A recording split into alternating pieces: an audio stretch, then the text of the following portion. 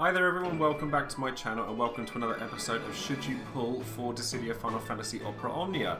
Now before I go into the video itself, you'll notice that my background is completely changed, and that's because I've changed the studio room that I'm working in, and it's still got a little way to go, but we're getting there, and I'm hoping to increase the quality of my videos for everybody so that this room doesn't devour light as much as the last one did. It just is much better for shooting videos and taking photos and all the things that I need to do in order to make my channel better. So I'm hoping that these videos will increase in quality in the near future. But anyway, enough about that. We're going to be talking about Rosa and her EX, as well as Sabin and Yuri for the banner this week. And I'm going to bring this video to you a little earlier than usual because it's actually my birthday tomorrow. So I didn't want to be releasing a video and editing and doing all that stuff on my birthday. So I thought I'd bring it to you a little bit early instead. So if you want to find out about Rosa EX and whether it's worth pulling for or what's coming out in the future for her, then stay tuned and keep on watching.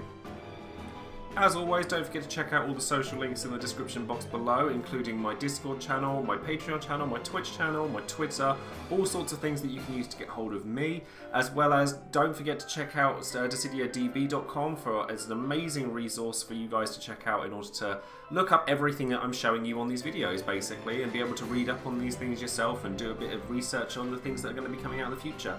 And as always, don't forget to check out all of the other social media content creators like YouTubers and podcasts and all the stuff. So there's plenty of them, there's way more than just me out there, so don't forget to go and support your favourite content creator. So we're going to start with the two characters that aren't Rosa on this banner, but unfortunately, as with most banners these days, and for many of them in the future, you're never really going to be pulling to gain these characters. You're often just going to kind of get them as an extra or something like that for an EX character that you're hunting for.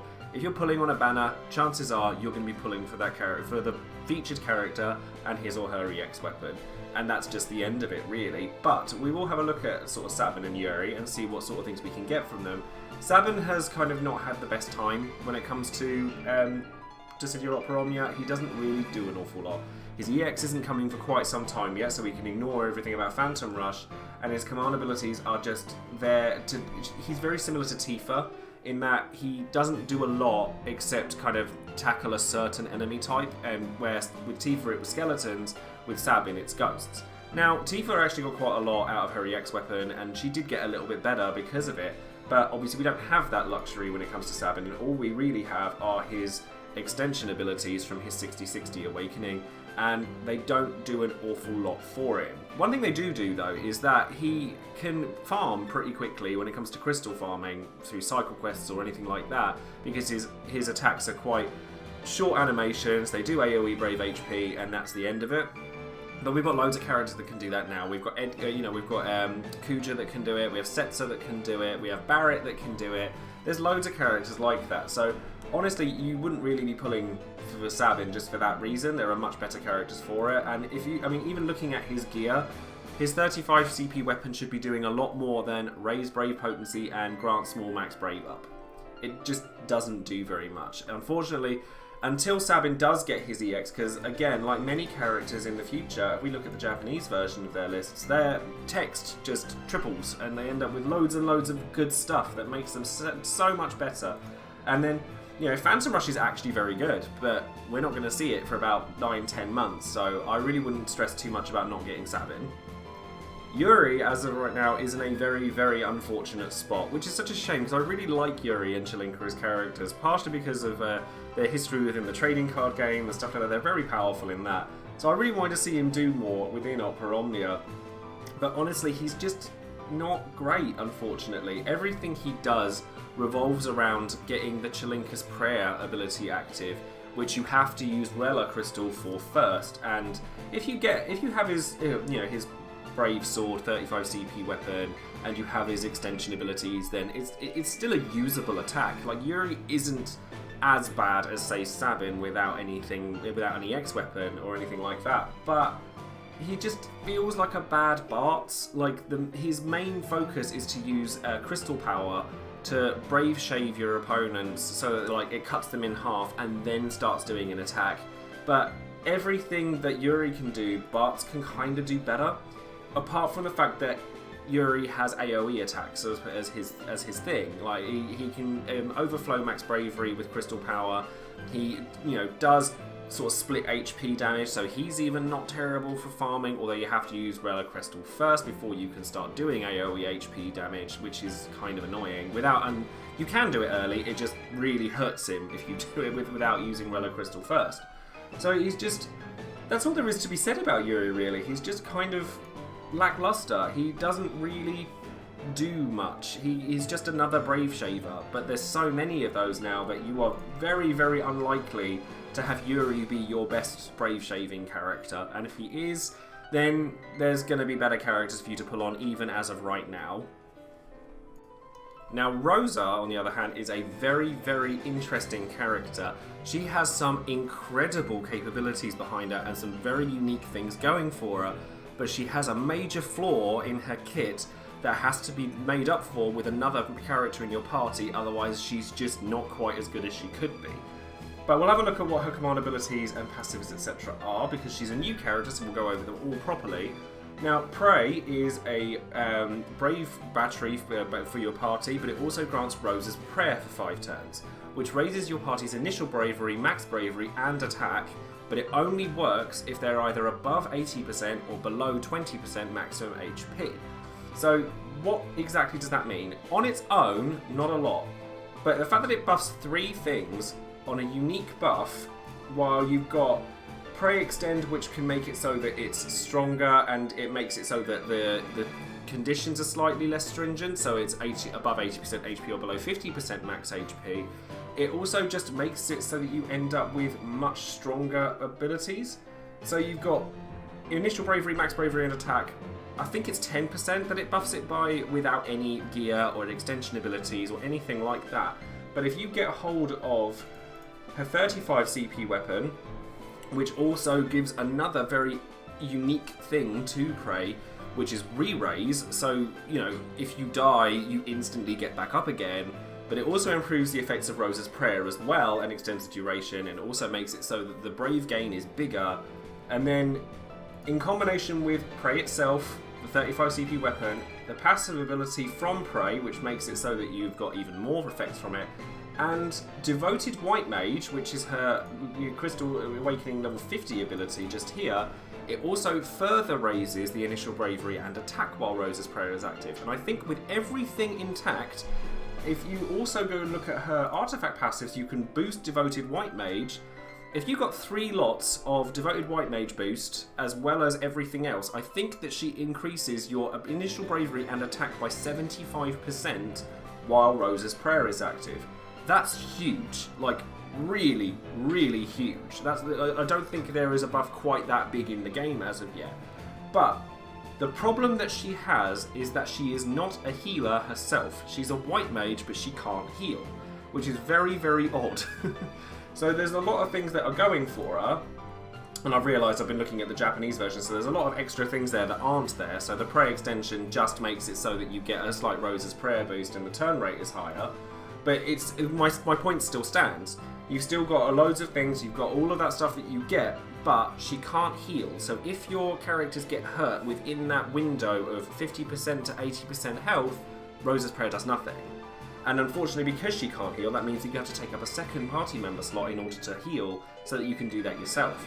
Although that's all talking about one attack, that's all one ability that we're talking about in Prey, which is the main one that she's used for. Divine Blast on its own is just a Brave HP attack. But with the extension, its brave hit count becomes 3, and it's stronger, and it gives her a Brave Attack Plus. And I should also say that Prey also gives an HP Attack Plus, which is just a ranged Brave HP attack, which is nice anyway. And then the 15 CP just makes it so that it gives your party members bravery based on what damage you dealt with the Divine Blast. It includes her, so it means that she has a little bit of a protection from being broken by herself. So the main reason you're going to be building Rosa is for that Rosa's Prayer, or the Rosa's Prayer in combination with the re-raise. So that's useful in and of itself. But obviously, there's an EX weapon on the banner, so we want to have a look at that as well. So, Luminous Arrow is the name of the attack. 4-hit group ranged brave attack and single target HP attack. Moderately increased brave damage when attacking single target, as is usually the case with AoE brave attacks. Stolen Bravery can go up to 120% instead of 100. Grants allies bravery based on the HP damage dealt, and the next ability does not consume use count. It's got a slightly slow recast rate, so it's along the lines of Cloud and characters like that, where once it gets its momentum going, you're going to be using it fairly frequently. So the fact that you get the next ability doesn't consume a use is really useful. And then her limit breaks are slightly raises Brave damage, Del raises the max Brave overflow limit, I believe that's to 150%, which is actually quite a big deal, and then slightly raises recast speed, which is usually the case with all EX attacks. The reason you use this is so that you get extra uses of her abilities. It's, just by next ability doesn't consume use count, and the fact that an EX ability regenerates itself, your longevity just becomes huge. It's just so much better. But the reason that I had the listing listed over the Japanese section is because she gets a lot of very nice things in addition to what she already has. Like the Prey extension gets an HP regen effect added to it, which is exactly what it needs in order for it to work. If she can get the cure and she gets healing, then you're very rarely going to need to push anybody into or out of that horrible box where her Prey doesn't work. So she is going to be extraordinary, and if you can keep her active, if you can keep Rosa's prayer active, she's extraordinary now.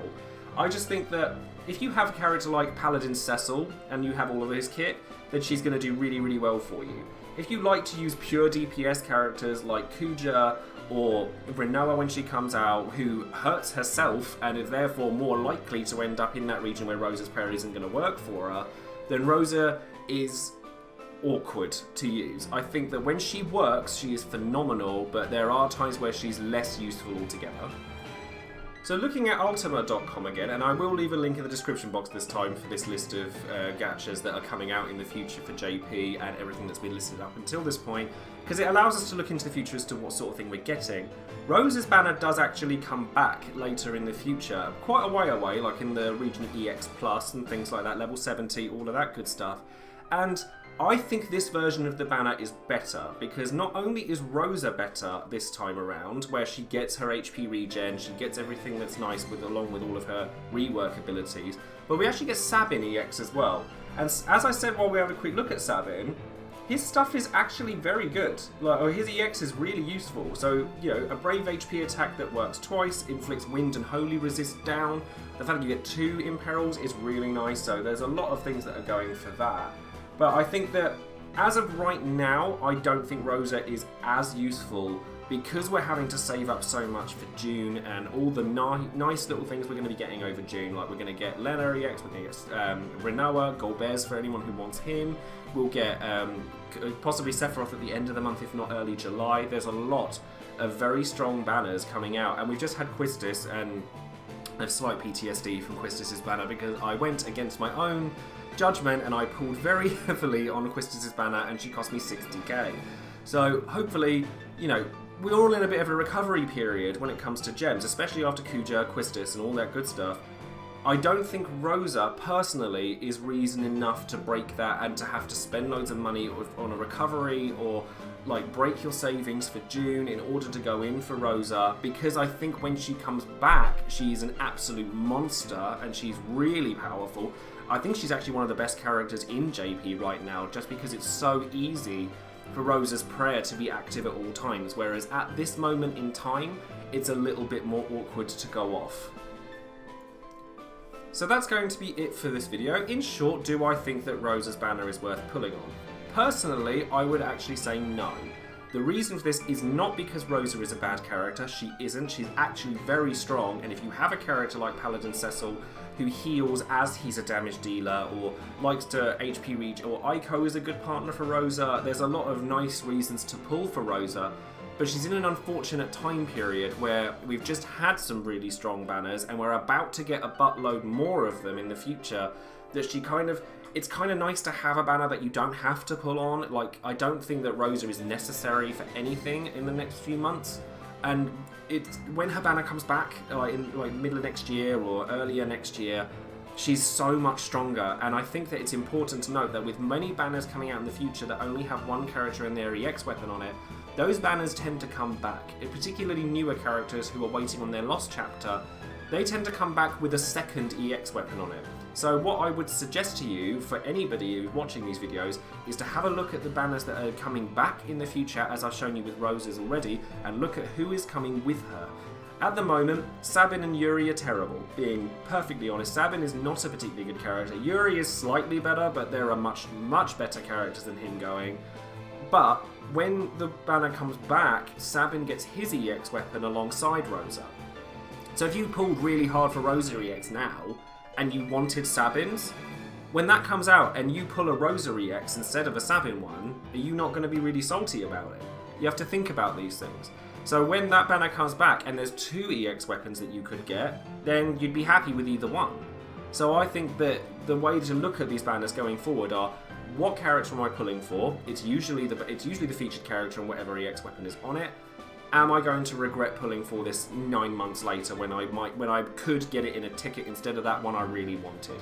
So that's something for you guys to think about. Let me know in the comments below what you guys think of this philosophy and Rosa in general. Maybe you guys really like Sabin and you want to make more use of him, and you'd like to prove me wrong. And I love it. I love it when people prove me wrong. Anyone who's watched any of my TCG videos, knows that when I get something wrong, I actually really like it, because when someone shows me something I didn't know, it just makes me happy. Anyways, that's going to be it for this video. As I said before, don't forget to check out the links in the description box below for all of my social media links. And don't forget to stay tuned for more Should You Pull videos on Dissidia or Opera Omnia. Thanks ever so much for tuning in, and I'll see you guys soon. Take care.